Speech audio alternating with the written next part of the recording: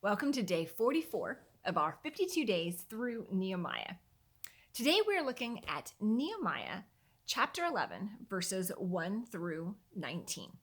See what they say.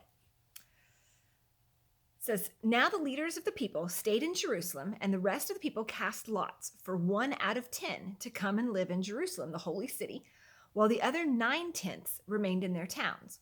The people praised all the men who volunteered to live in Jerusalem. These are the heads of the province who stayed in Jerusalem, but in the villages of Judah, each lived on his own property in their towns, the Israelites, priests, Levites, temple servants, and descendants of Solomon's servants, while some of the descendants of Judah and Benjamin settled in Jerusalem." And then from there, it goes through a whole list through the rest of the verses through 19 of the names of the individuals that it was just mentioning, Judah's descendants, Benjamin's descendants, and so forth. But I want us to take a look at that first verse, those first couple of verses. The leaders stayed in Jerusalem, and the rest of the people cast lots for 1 out of 10 to come and live in Jerusalem. So think about this. We have this city. It's been all in destruction and ruins, and now they've built it back up. They've put the walls around it. They're holding it fast, and they're saying, okay, hey, now this is a safe and secure place to live, but we need people to live here. So they decide, okay, we're going to ask for volunteers, and people are going to praise for those volunteers that go and say, yep, you know what? I'm going to relocate. We're going to move into the city. And then for the others, it's kind of like a lottery system. They cast lots, and those families that fell upon, they picked up and moved.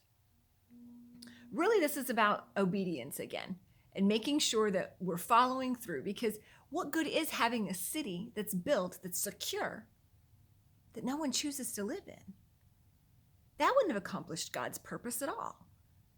So again, God has this plan, like we saw yesterday. God has this plan, and he carries it through all the way, every step, all the way to completion, because God has even the little details in mind.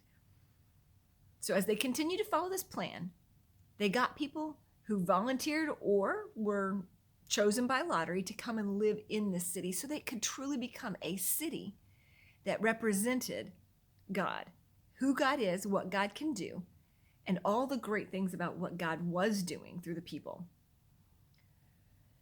Now, with the things that we've been looking at over these last several days, the areas in your life where you have realized, you know what, I need to be more obedient. You know what, I need to rebuild this area of my life. I need to really take control here. When you think back on all of those things, if you really truly have taken control of that area, if you really truly have been working and obeying God to be able to build it up, you have to actually dwell in it. You have to live in it. It has to be something that you do every single day. It has to be something that defines who you are, because God wants to be the definition of who you are. Don't think that he's going to have you do something or lead you down a path to be obedient in some way and not have it become something that you are dwelling in, that you're all completely contained in, that you're engulfed in, that it becomes a defining feature of who you are.